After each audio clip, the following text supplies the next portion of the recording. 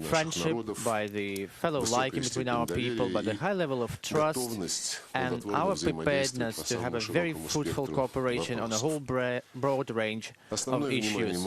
Special focus was put on the key aspects of our bilateral relations. First and foremost, taking into account the outcomes of the talks between Mr. Putin and Mr. Maduro in Istanbul last year, we have seen for ourselves that the high-level commission is really effective. It just had its 12th session under the presidency of Dmitry Rogozin and Delcy Rodriguez back in December last year in Caracas. This session resulted in arranging certain measures to overcome the tendency which is seen now, and that is the slowdown in commodity and goods trade amid the unfavorable environment in the international arena. The business circles of both countries expressed their willingness to cooperate not only in terms of raw materials and energy, but also in relation to pharmaceuticals, to agricultural products, and in the sector of peaceful use of nuclear energy, space exploration. We have also noted that our contacts in the field of education are expanding on top of the grants which we've been granting to Venezuelan citizens. In Russian universities, we have decided to give 30 more grants from the Rosneft company to give the citizens of Venezuela a chance to study at the Gubkin University in Moscow. We highly appreciate the feedback and the efforts we apply together with a number of other states in order to stabilize the international oil market. Moscow and Caracas contributed immensely to achieving in Vienna last year the necessary decision to cut down the oil production within the framework of OPEC and other oil exporting countries. We are confident that having those arrangements, we will manage and succeed in balancing the market and to increase the attractiveness of the oil market for investments. We are part of the controlling committee for monitoring the compliance with the arrangements to cut down the oil production. We have started to slow down our extraction already. We have expressed our willingness to continue our cooperation on the tracks with all countries, parties to the agreement. We are also ready to bring in some new countries. Today, Delcy Rodriguez will meet with the Ministry of Energy of the Russian Federation, Mr. Novak, his name is, and they are to discuss this issue in greater detail, of course. Minister briefed me on the developments of the situation domestically in Venezuela, and we have expressed our solidarity with our friendly people and we have expressed our firm support to the government in order to prevent destabilization of the situation within the country, to have a nationwide dialogue in full compliance with the constitution and laws of Venezuela in order to overcome the discrepancies which are present today in the society of the country. It is evident that the steps to better the situation should be applied by both the opposition and the government without any external interference, without any forceful imposition of any protests and position of one's will, because that can lead to unpredicted consequences for Venezuela itself and for the neighboring country. We perfectly know how such attempts to swing the situation within the country are turning into very tragic consequences. When looking on the international issues, we've seen that our opinions coincide, and we both think that we should base our relations on the principle of multipolarity, rule of law, and the respect for the sovereignty of countries. We are against interfering in the domestic affairs of countries, including using any extra territorial organizations to topple the governments, including we are against the extraterritorial application of one's own country's legislation. These things are enshrined in the UN resolutions on the support of democratic and more just world order, which was adopted in December last year with active support and participation of the Russian Federation and Venezuela. We have discussed results of our cooperation within the framework of the Security Council of the United Nations, where Venezuela have been taking part into the sessions as a non-permanent member. In 2015-2016, we discussed our cooperation in the Human Rights Council and other UN agencies and international forums where we closely cooperate and harmonize our approaches to many issues. We are grateful for the support we receive from Venezuela on a broad range of initiatives, including the fight against glorification of Nazism, also on the track of reinforcing the international digital security, informational security, and confidence-building measures in this space. We pay special attention to the regional issues, and we are satisfied to see that the authority of Latin America and Latin and Caribbean states' role is also being reinforced in a global economy that leads to a more stable, polycentric world order.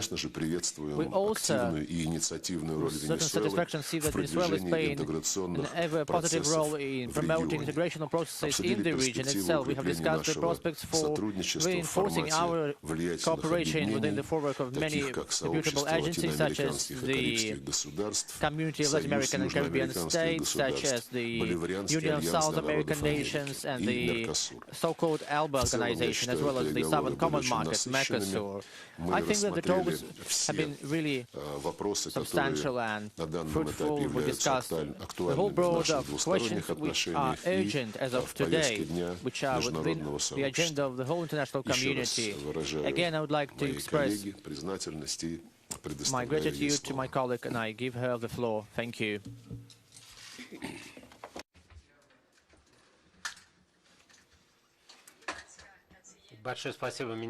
Thank you, Mr. Lavrov. As we've already said, we have come here to the Foreign Ministry building, and it is, of course, it's cold outside, but we are warmed by the heart of the Russian people, by the love from the Russian people. In 1786, Francisco de Miranda arrived here,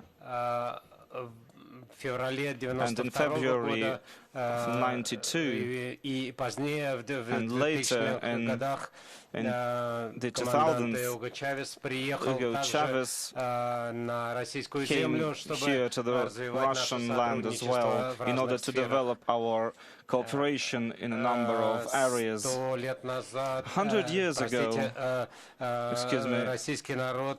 the Russian people freed the world from Nazism. This was the result of the Second World War. And now the Russian Federation guarantees the stability and peace around the world.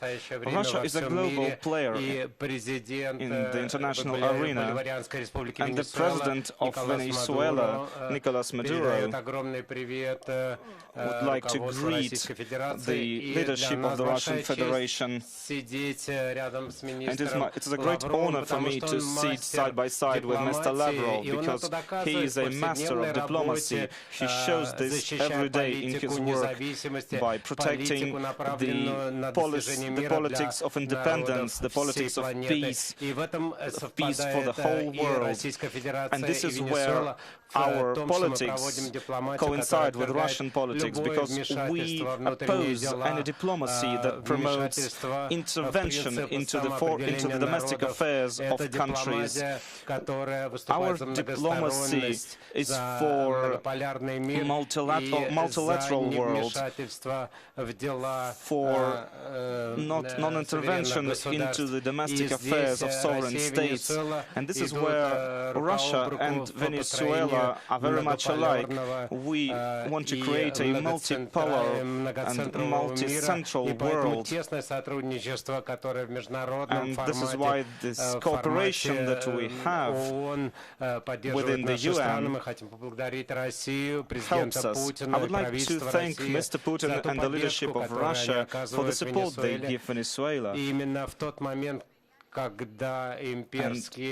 the moment when the imperial forces are trying to intervene into the affairs, our internal affairs, Russia was always supporting us, has always been supporting us and upholding the principle of non-intervention.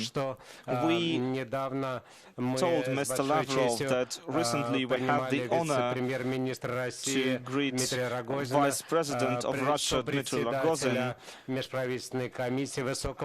the co-chairman of the High-Level Commission. We had the 12th session of the Commission, and we made a review of our cooperation on 250 areas. We are going to improve and broaden our cooperation. As Mr. Lavrov said, we're going to improve cooperation in pharmaceuticals, in the nuclear sphere, in agriculture. Also, we are planning to organize the production of vaccines and pharmaceuticals in Venezuela for Venezuelan people. We have had very fruitful work in the Russian-Venezuelan High-Level Commission, during which we agreed to broaden the areas of our cooperation in order to improve the raw material industries of Venezuela. We will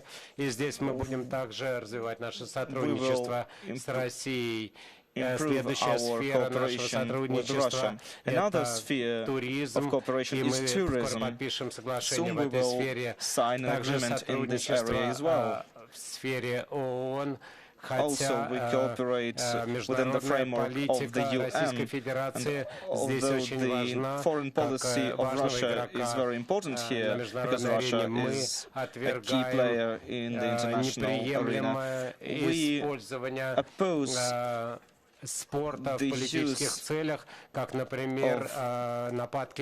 sport as a tool for foreign policy. I'm talking about the scandals that were created against Russia. We also do not believe that rhetoric can be rhetoric can be used to create tension against trades. Russia is helping reconfigure world politics, and no one can deny that.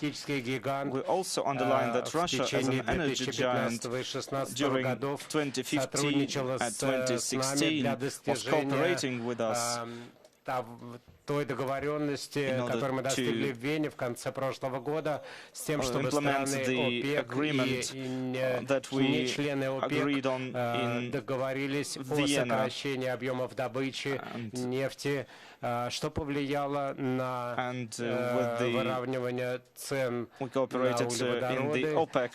Министр Лавров работает в комиссии по мониторингу исполнения этой договоренности. Мы знаем, что договоренность будет выполняться благодаря нашей совместной работе с странами-производителями. Мы снова приехали в Россию и хотим повторить месседж команданта Hugo Chávezа, универсального представителя американских земель, который приехал сюда в эти морозные дни в Россию и получил тепло российских сердец. Мы также привезли послание президента Мадуро, и мы... We also bring the message from Mr. Maduro, and we repeated the message to... We want to repeat the message to Mr. Putin to receive the Peace Prize, and we would like to come to Russia once again. Good day. My question goes to Delcy Rodriguez. Well, taking into account the complicated situation in Venezuela, does your government plan to take some more measures to ensure the interests of Russian companies working in your country? Thank you.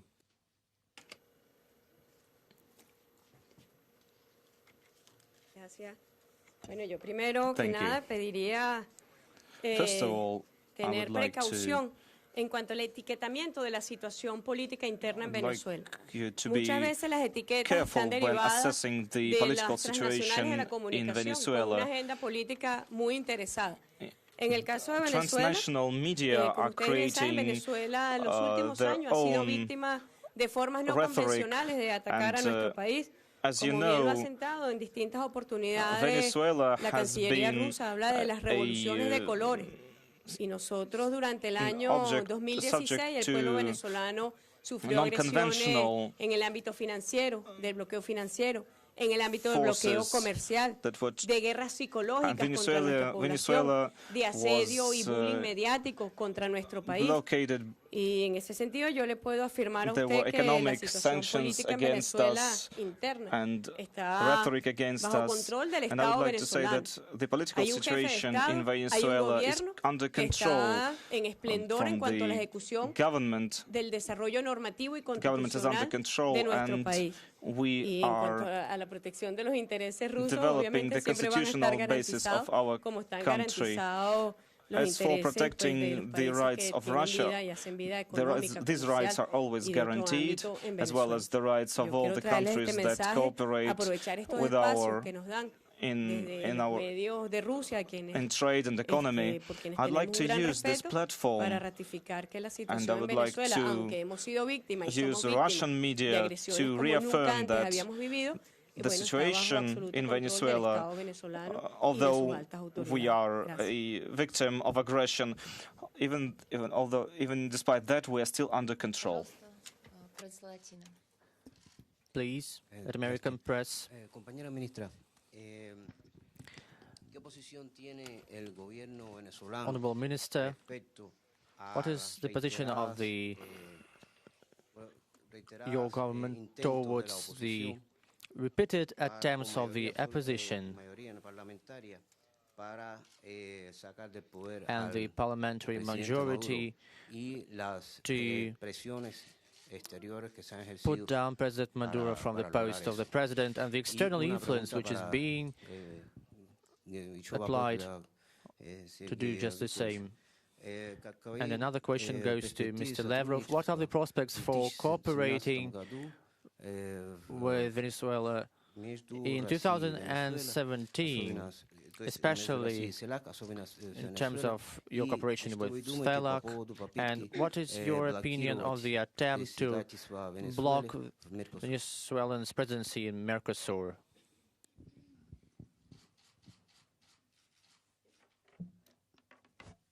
Bueno, voy a responder primero.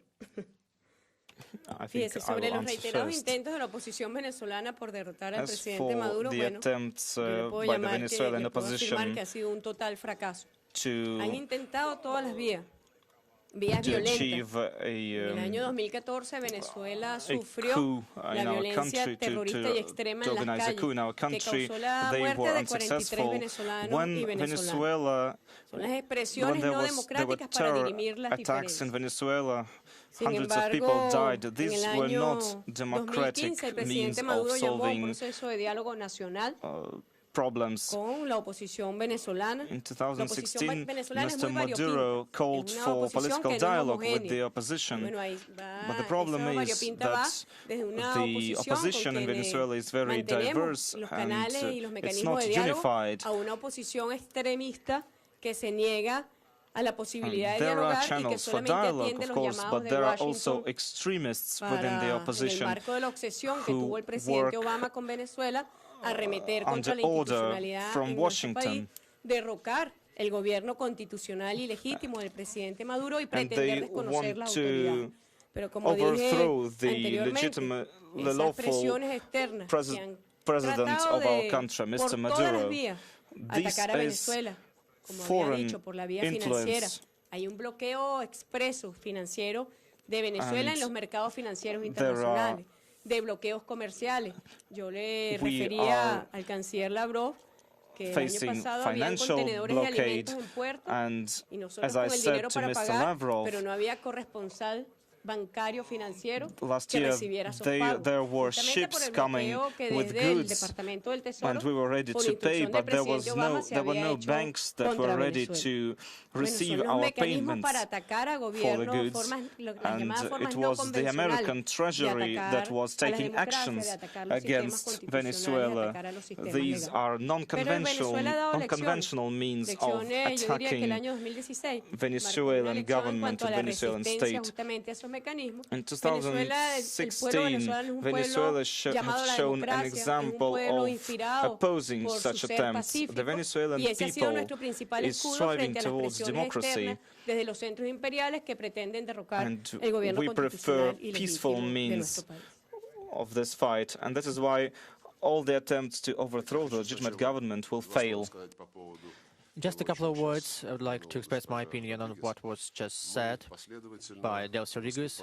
We've been consistent in standing for any crises in the countries being resolved within the constitutional framework on the basis of the current legislation of that country through the dialogue between all sides, political sides of the crisis.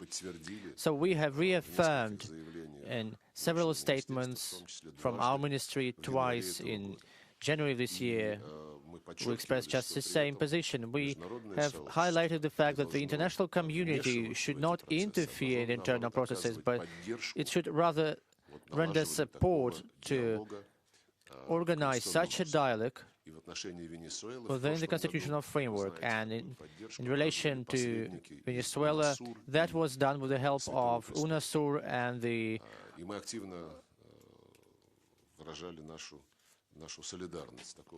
Holy See of Vatican. That's all we've been saying. And amid that background, it was quite unusual that the parliament, which is in opposition to the president, not only refused to have that dialogue, saying that they call upon all people to go onto the streets, thus inciting confrontation with tragic consequences indeed, but they even blamed Russia for interfering in the domestic affairs of Venezuela.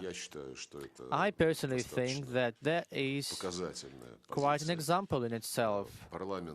The parliament and the opposition within the parliament have never made any comments on the statements which they made not in favor of the president, and such statements all were heard from countries from the region and from outside the region, but still they decided to comment on Russia's calling for abiding by the constitution and laws of the country. And as for interference in the domestic affairs, then it would be only appropriate to remember about the words of the late Vice Minister of the USA, that by the end of 2016 there should be a referendum to remove Mr. Maduro from power. That was he said, and no one even made a comment on that. So these are the double standards, and we know them from A to Z, and we know the consequences, what are brought about by those who organize so-called color revolutions without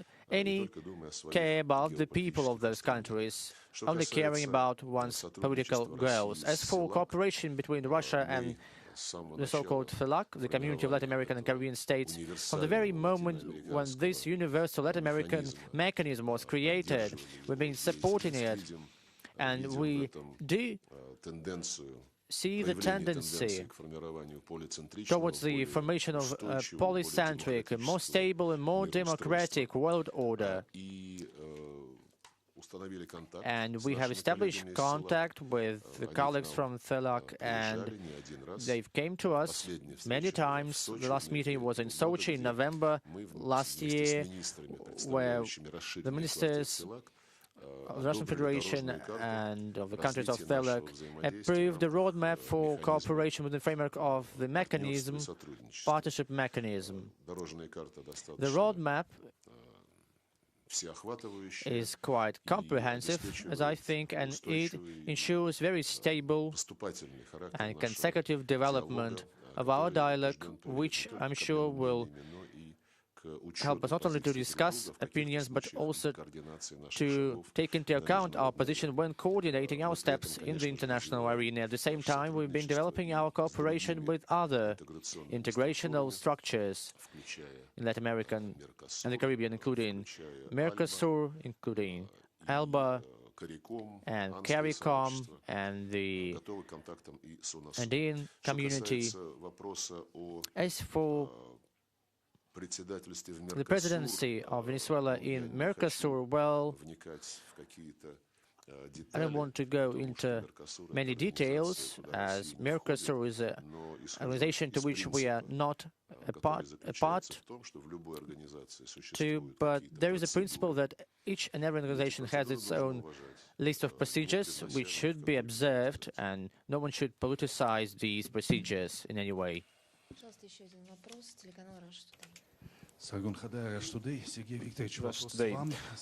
Mr. Lavrov, a question to you. Today in Astana we have negotiations between the countries negotiating about the Syrian peace. What results are you expecting? And can you affirm that Jordan has joined the talks? And how then can the situation in Iran change and affect the talks? The meeting in Astana, which is being conducted today, lays the foundation for the first constructive work after the initial meeting, which was organized yesterday upon the guarantee of Russia and Iran. After that, there was a direct contact, almost a direct contact between the government and the opposition. They signed a ceasefire agreement on the 29th of December last year, and before the meeting, which started on the 23rd of January, our colleagues from Jordan found common ground with a number of groups from the so-called South Front, on which they have influence, that they start to take part in the ceasefire. So we only welcome the involvement of new groups into the ceasefire framework, and we can only welcome even more close cooperation with our colleagues from Jordan. Moreover, because yet a couple of years ago in Oman, a Russian-Jordan informational center was created specifically to harmonize our steps to resolve the Syrian crisis.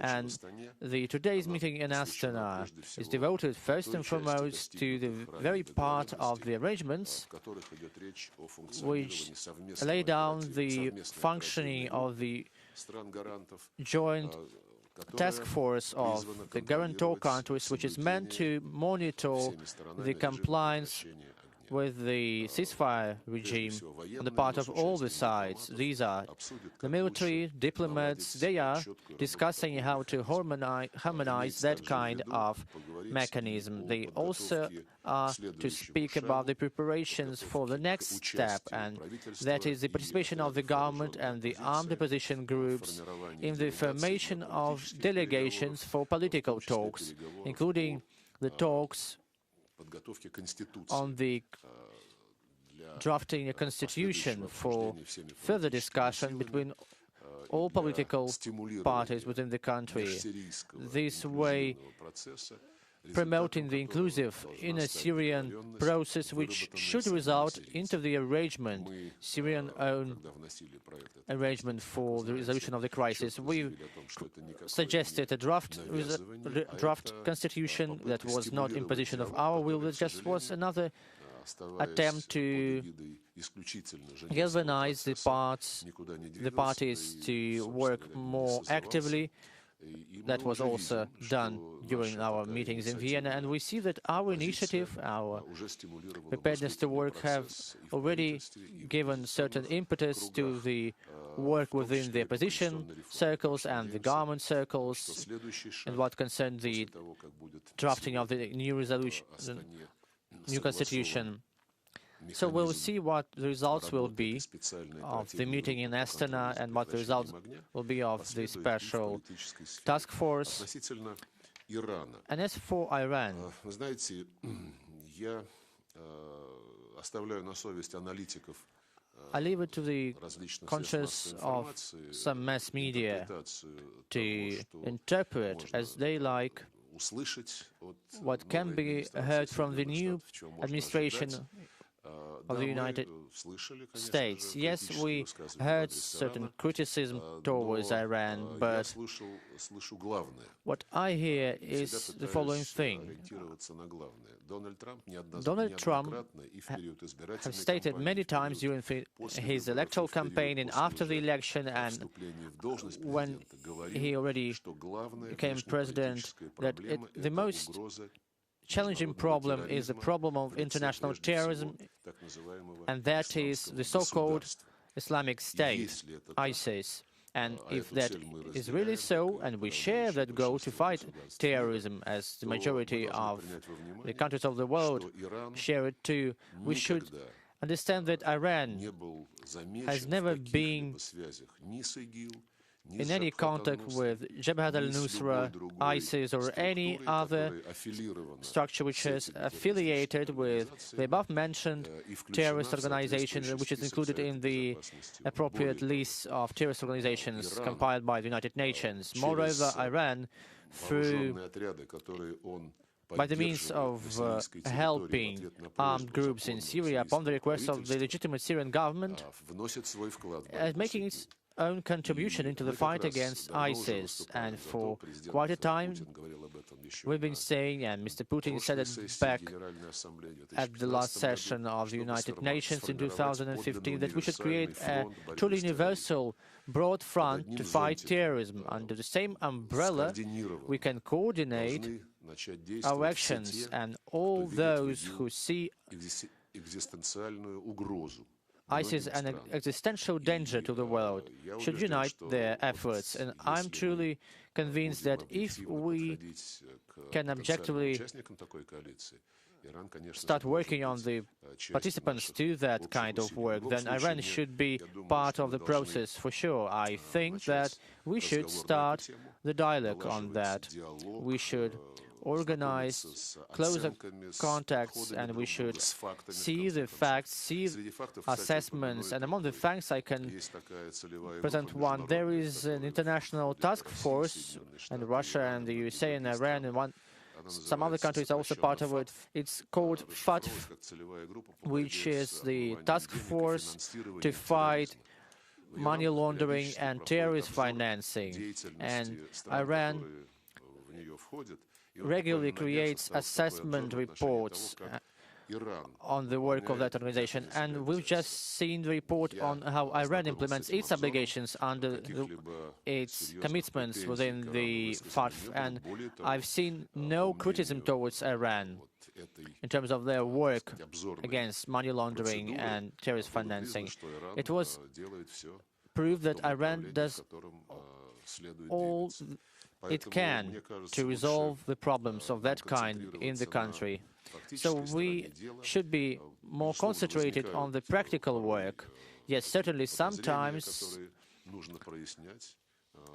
we have to clarify things, and that is okay, but we believe that we should focus on the ultimate goal, and the ultimate goal for all of us is the fight against ISIS and all other terrorists enlisted as such by the United Nations.